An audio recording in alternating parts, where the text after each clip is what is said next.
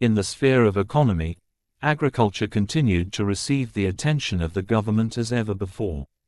But the period made much progress in mining and industry. There are references to the working of copper mines in the districts of Bellary, Bijapur, Kudappa, Dawa and other places. But the productions were by no means recognizable. Mines in Golconda and Seeded districts yielded precious stones. Morkt, the capital city, which is said to have resembled the city of god Indra, was a famous mart for jewelry. Textile industry, which was the principal industry of the period, made considerable progress.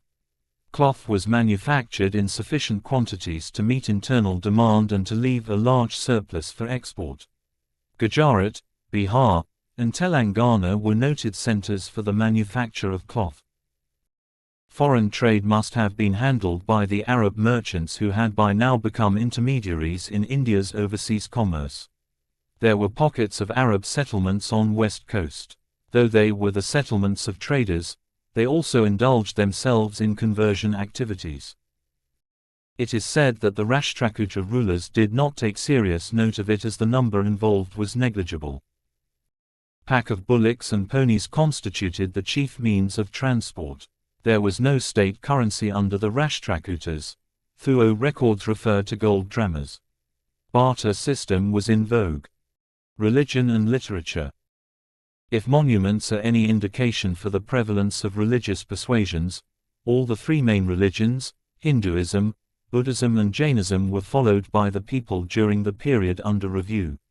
Jainism seems to have enjoyed a measure of kingly attention. For instance, Amahavasha I was a great patron of Jainism and is also said to have become a Jaina sannyasi towards the close of his reign. Gunabhadra, a famous Jaina scholar, was a preceptor of Krishna II. But most of the Rashtrakuta kings were Saivas. As in the field of fine arts, so in the field of literature, the contribution of the Rashtrakutas is at once rich and many-sided. According to Amahavasha, the people of Karnataka were born poets and even the illiterates were highly intelligent. Amahavasha patronized a number of Jaina scholars, such as Harisena, the author of Harivamsa and Adipurana, Jinasena, the author of Parshvabhyodaya and Sri Vijaya Kavasvara. Amahavasha was himself an author and wrote Prasnottara Ratnavali in Sanskrit. The first extant work in Kannada, Kavarajamarga, the authorship of which was ascribed to Amahavasha, is now attributed to Sri Vijaya, a court poet of Amahavasha. As mentioned before, Kavarajamarga is the earliest extant treatise on poetics in Kannada. The work is a free rendering Kavya Darsan of Dandan.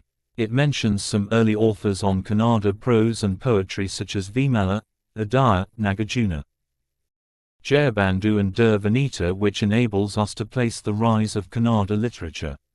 It describes the kingdom of Karnataka as extending from Kaveri to the Godavari.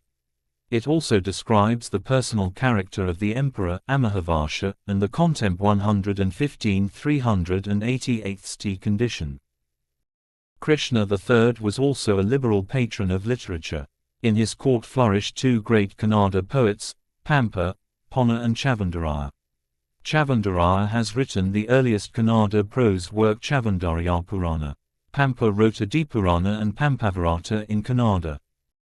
But the poet laureate of the time was Ponna, who wrote Santipurana, for which he received the title Ubhaya Kavachakravartin from Krishna III. There were many Sanskrit poets, among whom Somadeva wrote Yasastalaka and Nitavakyamrita. Rana, the author of Ajatapurana and Gadayada, was a younger contemporary of Chavandaraya. Fine arts. But their splendid contribution, the Rashtrakutas have created a unique position in the domain of art, architecture and sculpture. The famous rock-cut shrines at Ellora and Elephanta belong to this period. Of the 34 rock-cut shrines that were constructed by the rulers of this dynasty, the most extensive and sumptuous is the temple of Kailasa at Ellora.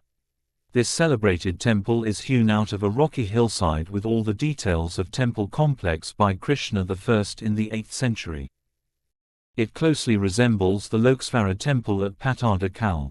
It is hewn out of a great rectangular quarry and measures 276 feet long and 154 feet wide with a scrap of 107 feet deep at the back. The temple divides itself into four main parts: the main shrine, the